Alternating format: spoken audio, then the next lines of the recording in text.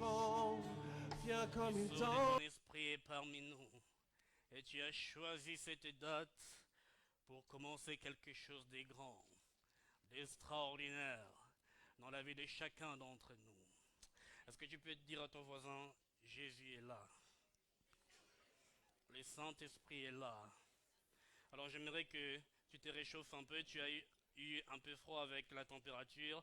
Bouge quelqu'un, dis-lui bonjour, embrasse-le même s'il le faut. Déplace-toi un peu dans les rangées et dis-lui je suis heureux de te voir aujourd'hui. Amen. Amen. Va voir quelqu'un s'il te plaît, ne restez pas assis.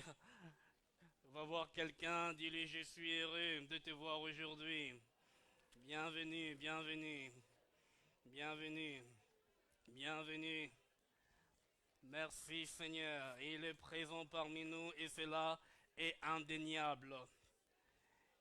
Il est présent parmi nous aujourd'hui et il va faire de grandes choses. Il a déjà commencé à faire de grandes choses. Est-ce que quelqu'un sent avec moi que le ciel est ouvert? Oui, je sens le ciel ouvert dans ces lieux. Merci Seigneur. Vous pouvez prendre vos Bibles pour ceux qui ont leur Bible. On va directement entrer dans l'évangile et je vais essayer de ne pas être très long parce que je sais que tout à l'heure, l'Esprit de Dieu va commencer à bouger dans les rangées pour guérir, restaurer, délivrer, libérer. Prenons ensemble le livre de Marc, s'il vous plaît. Marc, au chapitre 1er. Et je vais vous demander de vous lever si vous le pouvez. Si vous avez la possibilité de vous lever, je vous demande de vous lever, s'il vous plaît. Marc, chapitre 1er. Et je vais lire à partir du verset 21. Il est écrit ceci. Ils se rendirent à Capernaum les jours du sabbat. Jésus entra dans la synagogue et s'est mis à enseigner. Ses auditeurs étaient profondément impressionnés par son enseignement, car il parlait avec une autorité que n'avaient pas les spécialistes de la loi. Or, il se trouvait juste à ce moment-là dans leur synagogue un homme qui était sous l'emprise d'un esprit mauvais. Il s'est mis à crier, « Que nous veux-tu, Jésus de Nazareth? Es-tu venu pour nous détruire? Je sais qui tu es le saint envoyé par Dieu. » Mais d'un ton sévère, Jésus lui ordonna, « Tais-toi et sors de cet homme. » Alors l'esprit mauvais secoua l'homme des convulsions et sortit de lui en poussant un grand cri. Tous furent saisis de stupeur. Ils se demandaient entre eux, « Que se passe-t-il » Voilà un enseignement nouveau et donné avec autorité. Il commande même aux esprits mauvais et ils lui obéissent. Aussitôt, sa réputation s'est répandue dans toute la Galilée. Merci, je vous invite à vous asseoir. Voilà que le Seigneur Jésus, avec quelques-uns de ses disciples, se rend à Capernaum. Il entre dans cette synagogue, il commence à enseigner. Et lorsqu'il enseigne, il y avait un homme qui était là, qui était possédé par des démons. Et cet homme, certainement, était habitué à se rendre à cette synagogue. Certainement, cet homme recevait des enseignements des maîtres de la loi, des pharisiens, des sadducéens. Mais ces jours-là, cet homme a reçu l'enseignement de Jésus. Et pendant que Jésus était en train de parler, quelque chose s'est passé en lui. Pendant que Jésus était en train de parler, lui qui était tourmenté par les démons, maintenant c'est les démons qui étaient tourmentés. J'aimerais te dire aujourd'hui que l'onction du Saint-Esprit tourmente ceux qui te tourmentent. L'onction du Saint-Esprit vient pour briser les jougs. Et que se passe-t-il? Donc les démons se manifestent. Jésus ordonne aux démons de partir et les gens sont stupéfaits. Ils se demandent, mais quel est cet enseignement? Il n'enseigne pas seulement en parole, mais il enseigne aussi en actes. Il enseigne pas seulement avec des discours, mais il démontre son enseignement par une puissance. Laquelle des puissances? La puissance du Saint-Esprit. Amen. Alors, Acte chapitre 10, verset 38, nous dit ceci, que l'onction du Seigneur était sur Jésus. L'onction du Saint-Esprit était sur Jésus. de telle sorte que partout où il passait, il faisait du bien et il guérissait le malade. Prenons maintenant 1 Jean chapitre 3, le verset 8. Il est écrit ceci dans 1 Jean 3, verset 8. C'est lui qui fait le péché est du diable, car le diable pêche dès le commencement. Si le Fils de Dieu s'est manifesté, c'est pour détruire les œuvres du diable. S'il est venu, c'est pour une raison, détruire les œuvres du diable. Et là, cette phrase est assez interpellante parce qu'on nous parle de la manifestation du Fils de Dieu. Le Fils de Dieu était déjà présent, mais il a eu un moment où il devait se manifester. Jésus-Christ a passé près de 30 ans. Le Fils de Dieu était déjà sur le territoire de Nazareth. Il était déjà sur le territoire de Galilée, mais le temps de la manifestation correspond à quoi? Correspond au moment où il est sorti du désert. Et lorsqu'il est sorti du désert, il est écrit que l'onction du Saint-Esprit l'accompagnait. Il était revêtu de la puissance du Saint-Esprit.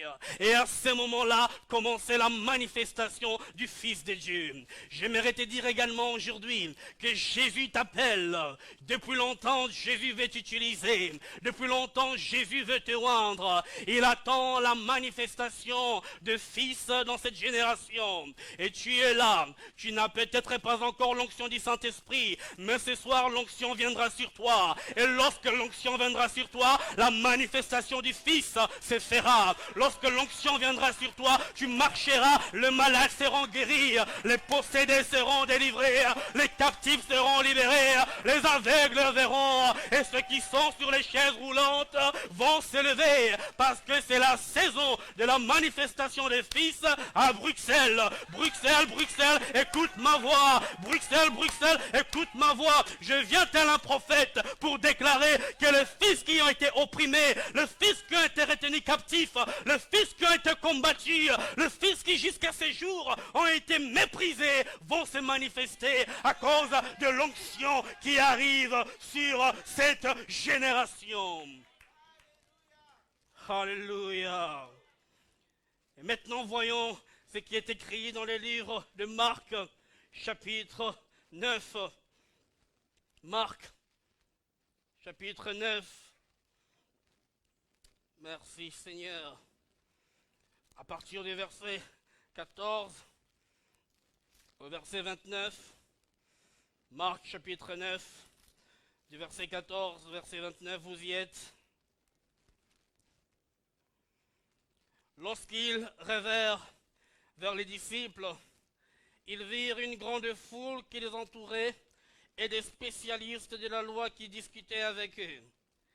Dès que tous ces gens aperçurent Jésus, ils furent très surpris et se précipitèrent à sa rencontre pour le saluer. « De quoi discutez-vous avec eux » leur demanda-t-il. De la foule, quelqu'un lui répondit, « Maître, je t'ai amené mon fils car il est sous l'emprise d'un esprit qui le rend muet.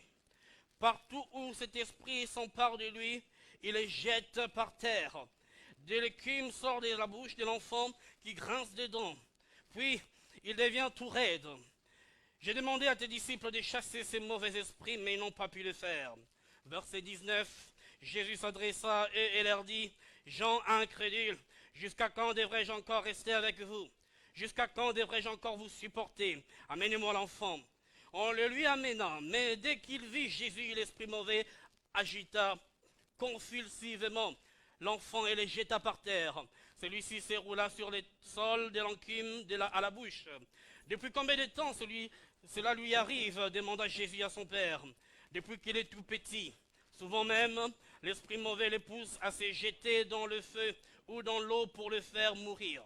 Si tu peux faire quelque chose, aie pitié de nous et viens à notre aide. » Verset 23. « Si tu peux, répliqua Jésus, tout est possible à celui qui croit. » Est-ce que tu peux le dire avec moi? Tout est possible à celui qui croit. Dis-le encore, tout est possible à celui qui croit. Encore une fois, tout est possible à celui qui croit. Verset 24. Aussitôt le père de l'enfant s'écria, « Je crois maintenant, mais aide-moi car je manque de foi. » Jésus, voyant la foule affluer, commanda avec sévérité à l'esprit mauvais. Esprit qui rend sourd et muet, lui dit-il, je te l'ordonne, sors de cet enfant et ne rentre plus jamais en lui. Verset 26, l'esprit poussa un grand cri, secoua l'enfant avec violence et sortit de lui. L'enfant resta comme mort, si bien que la plupart des témoins disaient, il est mort. Mais Jésus, prenant l'enfant par la main, le fit lever, et celui-ci s'étend debout. Jésus rentra à la maison, ses disciples qui étaient seuls avec lui demandèrent alors pourquoi n'avons-nous pas réussi à chasser cet esprit. Jésus leur répondit, des esprits comme celui-là, on ne peut les chasser que par la prière. Alors nous allons nous arrêter quelques secondes sur ces passages. Il y a beaucoup d'interprétations concernant ces versets bibliques, que de tels types d'esprits mauvais, on peut les chasser que par la prière. Mais je me suis appliqué à regarder le contexte. Et lorsqu'on regarde le contexte, on va vous mettre deux choses en parallèle. Voyons le début de la phrase, le début du chapitre, le début du verset, pardon. Qu'est-ce qui est écrit? Il est écrit que ses disciples étaient en train de débattre. Il est écrit que ses disciples étaient en train de discuter. Alors, au lieu de chasser les démons par la prière, ils étaient en train de discuter. Au lieu de chasser les démons par la prière, ils étaient en train de débattre. Ce n'est pas le moment de débat. Ce n'est pas le moment de philosopher. Ce n'est pas le moment de discuter, ce n'est pas le moment d'étaler sa théologie, c'est le moment de démontrer Christ. Et par la prière est le moteur de la puissance. La prière est le moteur, alléluia, qui réceptionne, qui donne la réception de l'onction du Saint-Esprit. Et le problème avec cette génération-là, c'est qu'ils étaient en train de débattre. Vous connaissez cette génération qui aime le débat. Mais je veux que toi, tu ne sois pas de cette génération.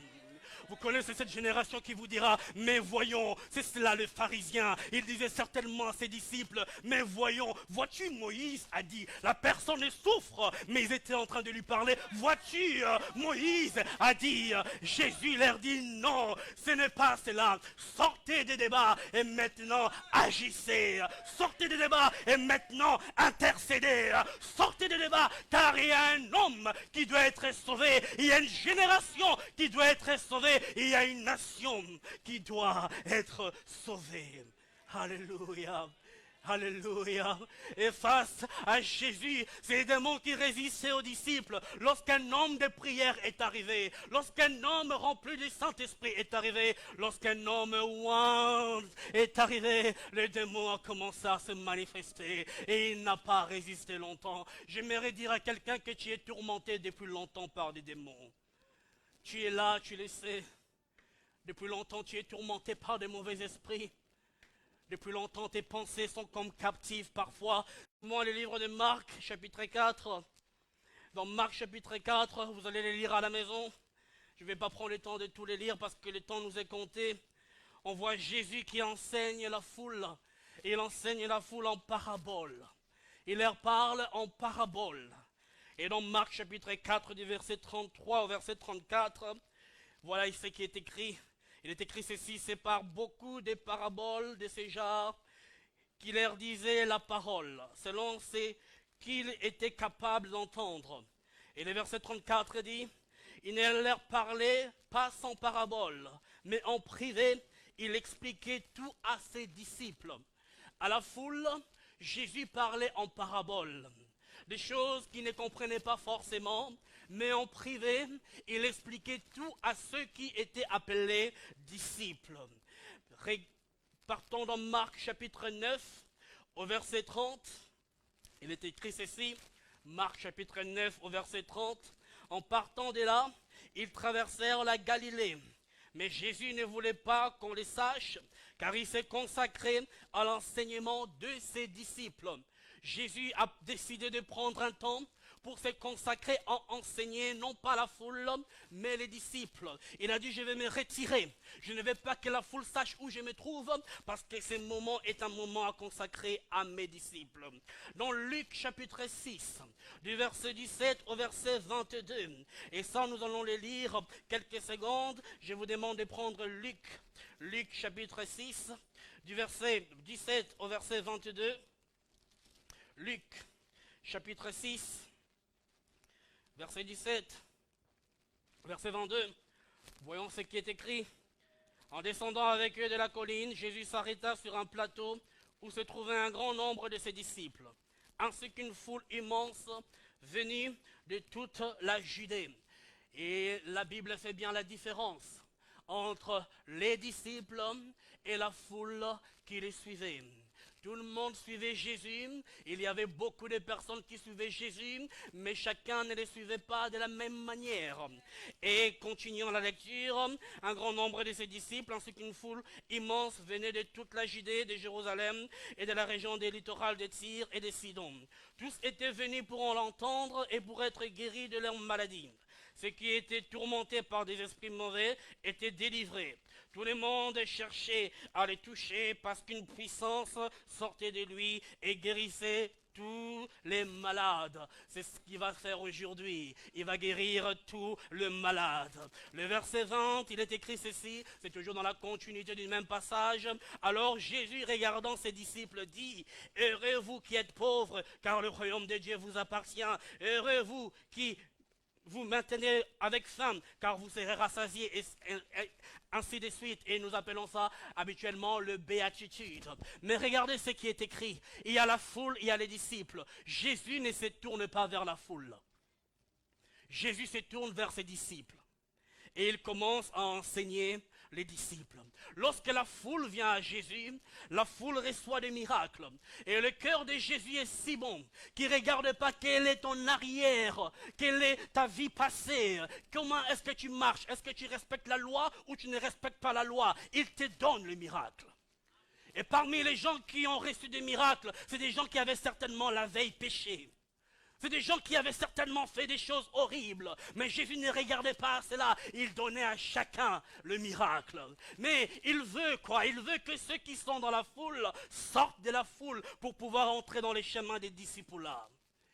Il veut que ceux qui sont dans la foule, ceux qui reçoivent des miracles, que ceux qui reçoivent cette grâce exceptionnelle puissent se dire maintenant, nous devons changer notre manière de suivre Jésus. Et dans le livre de Luc, chapitre 9, verset 23, il est écrit ceci, si quelqu'un veut me suivre, qu'il renonce à lui-même, qu'il se charge chaque jour de sa croix et qu'il me suive. Celui qui est préoccupé de sauver sa vie le perdra, mais celui qui perdra sa vie à cause de moi le suivra. Et là, il interpelle chacun.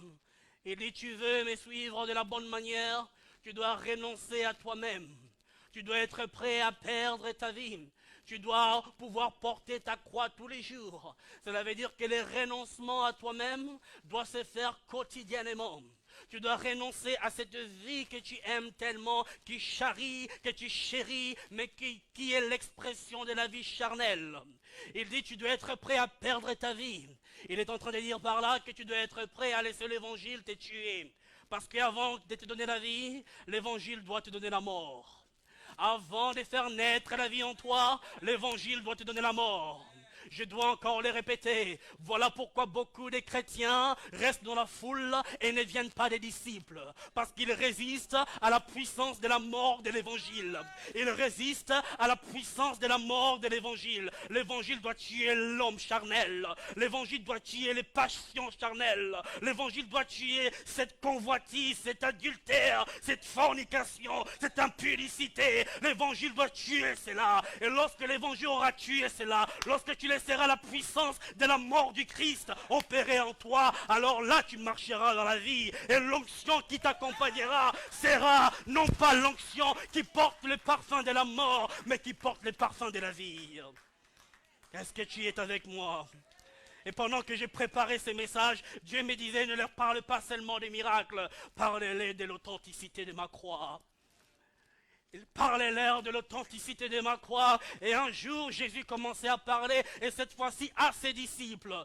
Il leur dit, celui qui boit mon sang et qui mange ma chair a la vie éternelle. Et beaucoup, lorsqu'ils ont entendu cette phrase, se sont dit, mais c'est pas possible. Ils n'ont pas compris cette phrase. Ils ont décidé de partir. Et quand ils sont partis, Jésus se tourne vers les apôtres. Il leur dit, et vous ne partez pas. Et là, Pierre lui dit, Seigneur, nous avons vu les miracles, c'est vrai, mais c'est pas ça. Nous avons vu des guérisons, c'est vrai, mais c'est pas ça. Nous avons vu des délivrances, c'est vrai, mais c'est pas ça. Toi, tu as les paroles de la vie éternelle. Oh, est-ce que quelqu'un le comprend? Toi, tu as les paroles qui changent le cœur. Tu as les paroles qui amènent dans la Nouvelle Jérusalem. Car je peux avoir un miracle, mais ne pas entrer dans la Nouvelle Jérusalem. Mais si je m'accorde à ta parole, si je m'accroche à la parole, et quelle est cette parole? Même s'ils ne comprenaient pas tout, ils avaient saisi le langage de la croix. C'était le langage de la croix. C'était pas n'importe quelle parole. C'était communier avec la mort du Christ. Communier avec son corps et son sang. Voilà la parole. Et lorsque je renonce à moi-même, je communie avec sa mort et sa résurrection. Lorsque je décide d'abandonner cette vie de chair, lorsque je dis non au péché qui nous enveloppe si facilement, lorsque je dis non au diable, lorsque je dis non, je renonce à mes propres plaisirs et je décide, quoi qu'il arrive, quoi que cela m'écoute, à les suivre, à marcher avec lui. Le monde est derrière moi, la croix devant moi. Le monde est derrière, la croix devant. Alors, pour beaucoup, l'ennemi a tendu des pièges. Est-ce qu'on peut m'apporter le carton, s'il vous plaît? Alors, je vous ai préparé un petit carton pour vous montrer cette image. Et j'aimerais qu'on m'apporte aussi 6 chaises, s'il vous plaît. Pour beaucoup, l'ennemi a tendu des pièges. 6 chaises que vous pouvez disposer ici.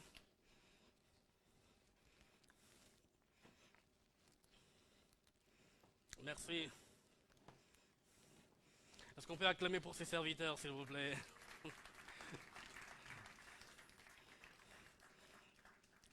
Vous pouvez peut-être les disposer comme ça, dans l'autre sens. Voilà. 6 chaises. Je vais en prendre 4 par ici. Et 2 vont rester là. Merci.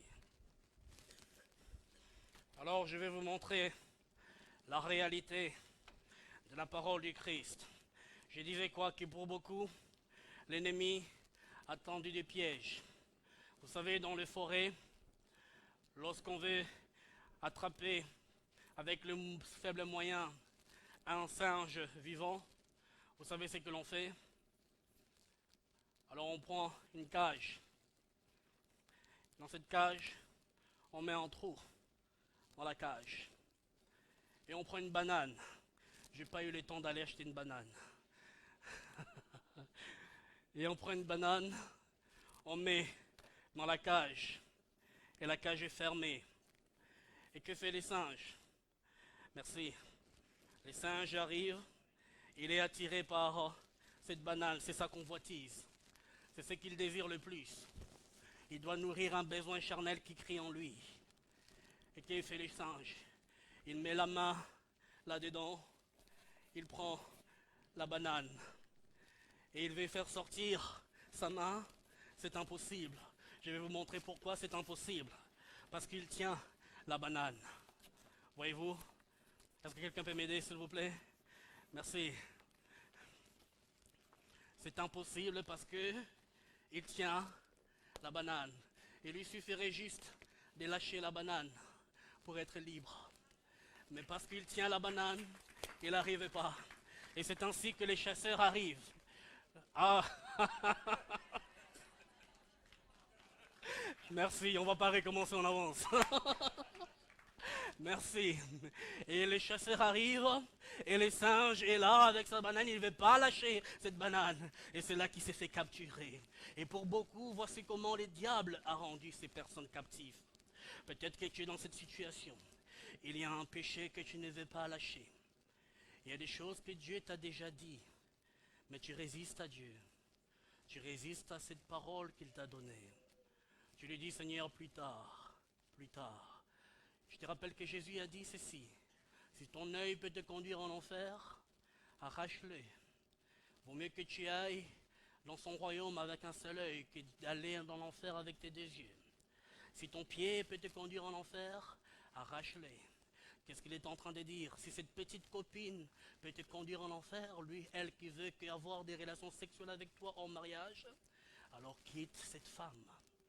Est-ce que je parle à quelqu'un aujourd'hui? Si ces petits copains veulent des relations sexuelles, Alors que toi, tu n'es pas encore dans le mariage, quitte cette personne. Quel que soit ton attachement, quel que soit combien tu aimes la chose, il est temps, car Christ revient bientôt. Il est temps de prendre des décisions radicalement.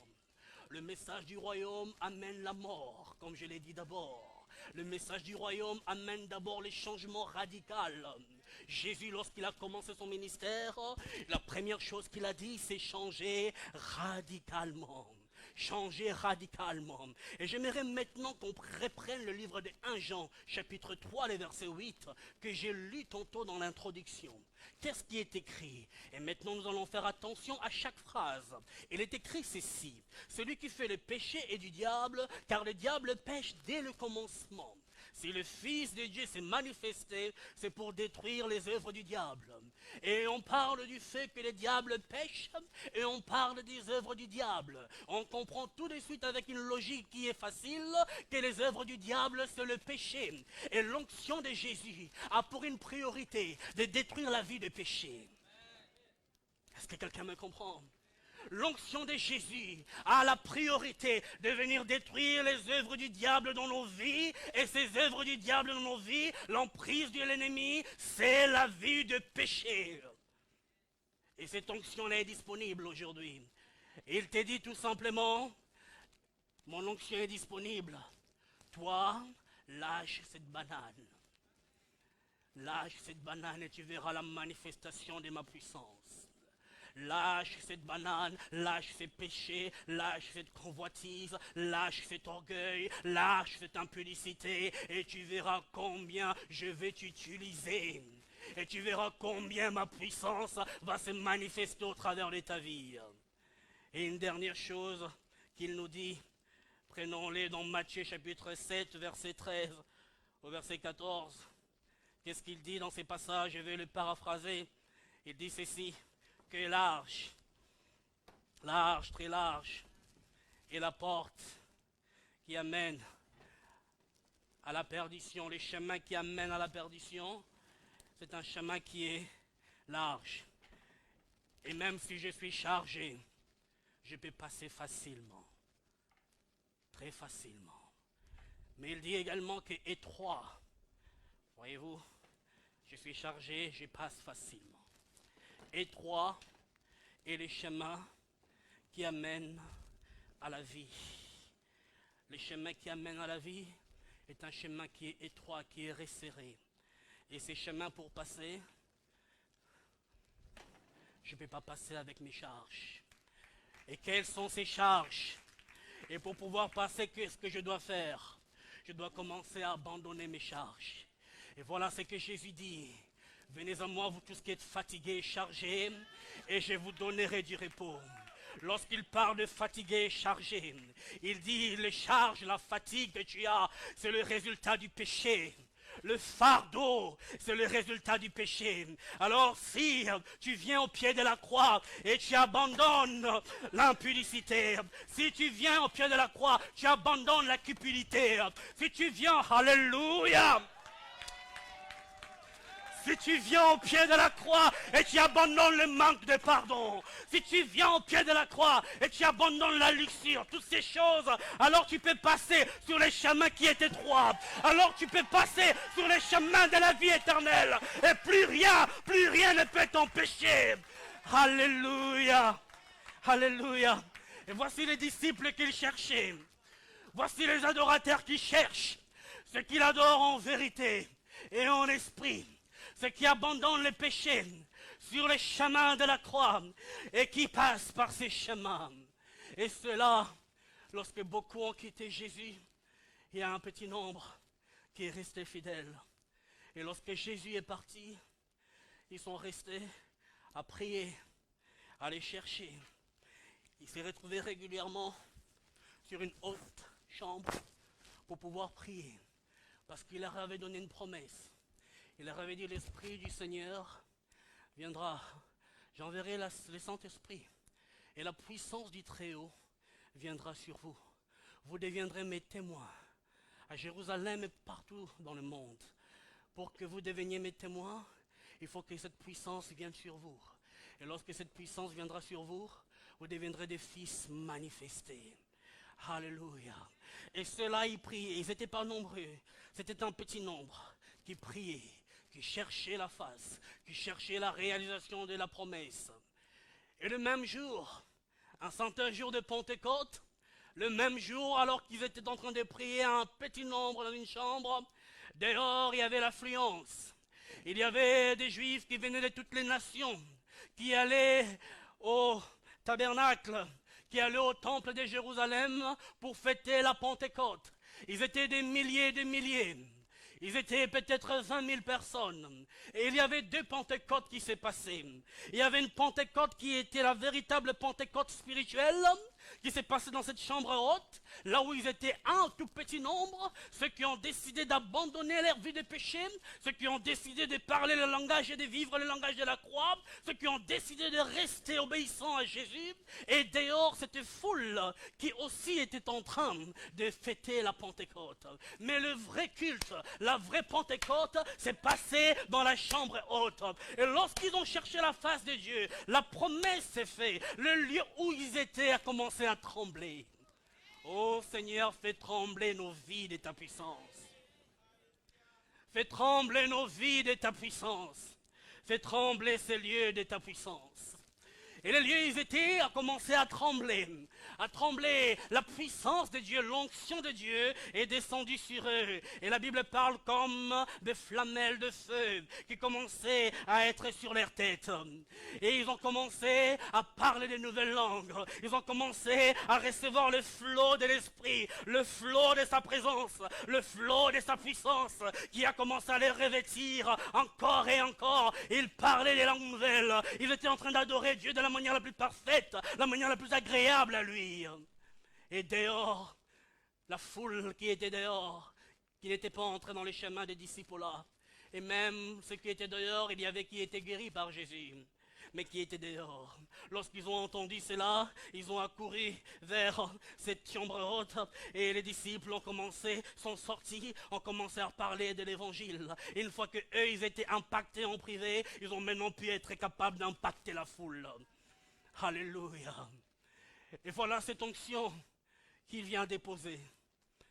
Voilà cette onction qu'il veut te donner aujourd'hui. À toi qui es prêt à lâcher prise. À toi qui es prêt à t'abandonner totalement. Il dit oui, c'est toi que j'ai choisi. Il y a quelqu'un ici parmi nous, tu as été tellement martyrisé par tes parents dès l'enfance. Tu as été tellement méprisé par tes collègues. Ta propre vie, tu la trouves qu'elle n'a pas de valeur. Mais Jésus te dit, je t'aime. Je t'aime. Et c'est moi qui te donne de la valeur. Et aujourd'hui, je vais te donner mon onction. Aujourd'hui, je vais guérir ton cœur. Aujourd'hui, je vais restaurer totalement ta vie. Et lorsque l'onction de Dieu est venue, lorsque l'onction de Dieu descend sur un homme, cet homme n'est plus le même. Je me souviens un jour dans le métro, je vois quelqu'un qui fait une crise cardiaque avec mort subite. La personne meurt devant tout le monde, là par terre. Et moi j'étais dans le métro. Et à cet instant précis, j'avais mes écouteurs en train d'écouter les louanges. Et à cet instant précis, j'entends l'Esprit de Dieu qui me parle, qui me dit, Rufini, tu as la vie. Et cet homme est en train de mourir. Je dis, Seigneur, j'étais en plein métro, c'était rempli. Je dis, Seigneur, c'est compliqué, hein? C'est très compliqué. Et là, l'Esprit me le redit encore. Rufini, tu as la vie. Et cet homme meurt. Lorsque j'ai écouté 2 fois la voix de l'Esprit, j'ai dit, bon, l'obéissance, c'est ce qu'il faut. J'ai enlevé mes écouteurs, je me suis dirigé vers cet homme, et saisi par le Saint-Esprit, je parlais en anglais. Il se trouve que lorsque l'homme a été ressuscité, c'était un anglophone. Je ne savais même pas pourquoi j'avais parlé en anglais. J'ai mis ma main sur lui, et j'ai dit, in the mighty name of Jesus Christ, get up right now! Je dis ça 3 fois. Et pendant que je le disais, il y avait une femme à côté qui me disait, arrête, arrête, arrête! J'ai regardé cette femme, j'ai dit non, ça c'est la perturbation satanique. Il veut m'empêcher de réveiller cet homme. Il veut prendre l'âme de cet homme. J'ai encore ordonné au nom de Jésus, lève-toi. Et après avoir dit ça 3 fois, j'ai senti la puissance de Dieu comme un courant électrique. C'était un électrogramme, un électrochoc cardiaque spirituel. Vous voyez l'appareil que les médecins utilisent pour pouvoir donner des coups sur le cœur de quelqu'un. C'était ça, mais en version spirituelle. C'était ça, mais par la puissance du Saint-Esprit. Et cet homme est revenu à lui. Alléluia. Cet homme s'est réveillé. Et lorsqu'il s'est réveillé, j'en ai profité pour proclamer l'évangile dans tout le métro.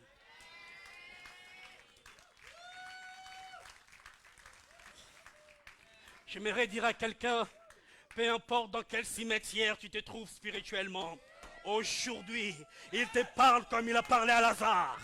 Aujourd'hui, il dit ton nom, Joshua, sors. Aujourd'hui, il dit Mathilde, sors.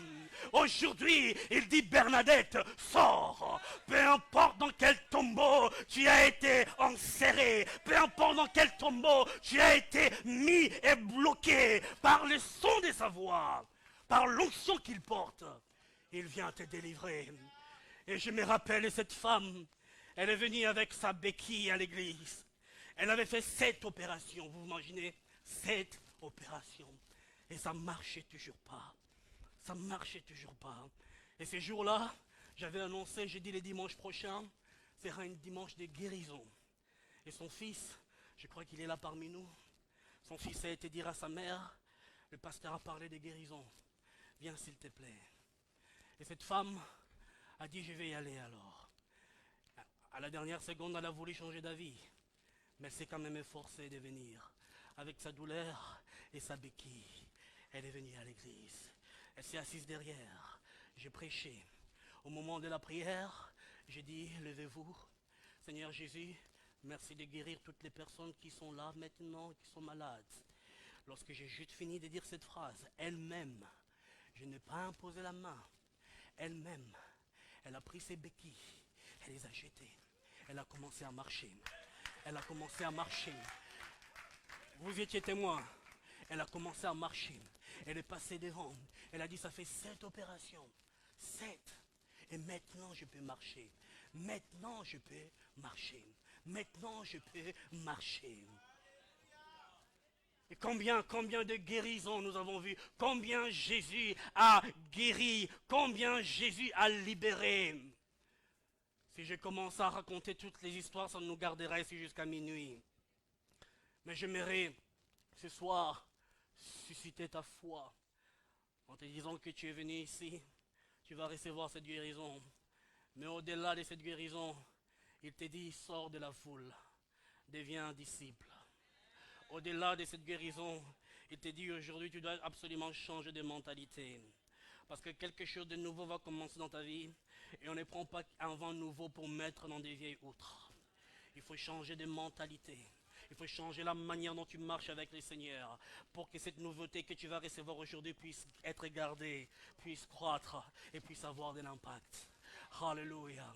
Est-ce que je peux te demander de te lever? Reçois l'Esprit de Dieu. Reçois l'Esprit de Dieu. Reçois l'Esprit de Dieu. Reçois l'Esprit de Dieu. Moi, j'ai eu des problèmes au niveau du bassin et j'ai été voir plusieurs ostéos, etc. Et j'avais toujours des douleurs dans le bas du ventre et pendant qu'on priait, j'avais vraiment des grosses douleurs. Et un frère et sa femme ont prié pour moi. J'ai vraiment senti la main de Dieu poser là où j'avais mal et le Seigneur a arraché cette douleur et l'a jetée au fin fond de la mer. Donc vraiment, j'ai plus mal, quoi. Voilà. Et il y a quelque chose qui est nouveau pour moi, c'est que mon petit garçon de 9 ans, il est là, il s'appelle Jonas, je ne sais pas où il est, mais voilà.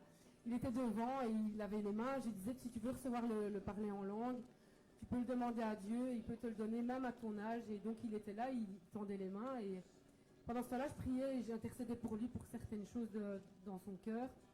Et après, il s'est assis, il m'a dit... Maman, pendant que j'avais les mains levées, je voyais Dieu prendre mes peurs, mes angoisses et tout ça, et Dieu les enlevait. Et donc, franchement, Dieu est merveilleux. Faut prier pour nos enfants.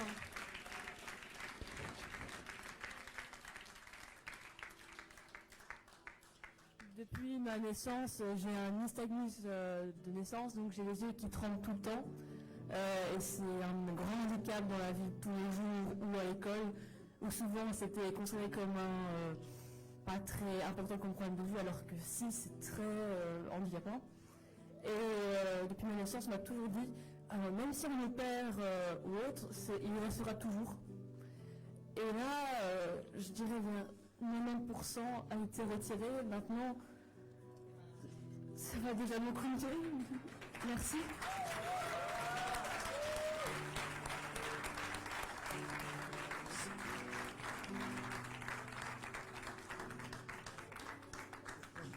Oui, d'autres personnes qui ont été guéries, pouvez venir témoigner. La sœur ici, oui, c'est vous? Oui. Bonjour, je m'appelle Marina et je souffre d'arthrose depuis des années.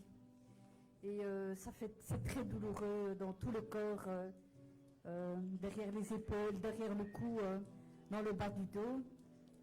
Et ce soir, je suis venue pour la première fois ici pour recevoir l'Esprit Saint.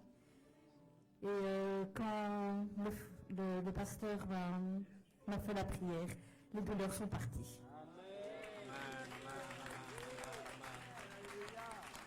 Amen. Je suis très contente. Amen.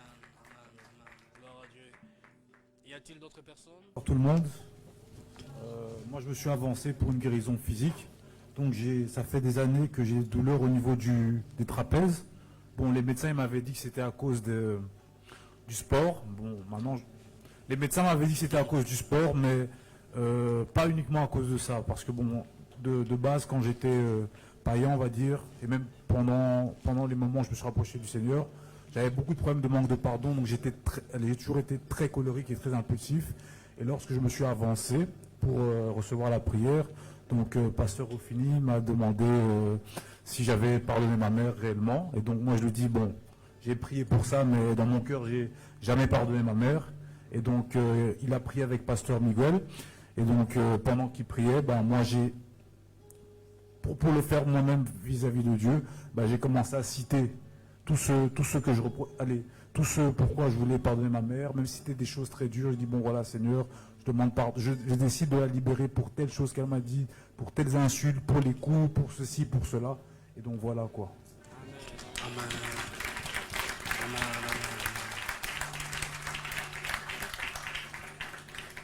Amen. Moi, je me suis avancée auprès du pasteur pour être délivrée de la peur de mes ennemis, parce que malheureusement, il y a des personnes qui me veulent du mal, veulent me détruire, en tout cas, sont pas bienveillants du tout. Et il s'agit du père de ma fille et ma fille aussi. Et c'était vraiment obsessionnel dans mon cœur, dans ma tête, de tout le temps y penser, parce qu'un procès se prépare. Et j'ai demandé la délivrance et j'ai pu les bénir et leur pardonner. Et depuis 5 minutes, là, je me sens vraiment en paix. Amen.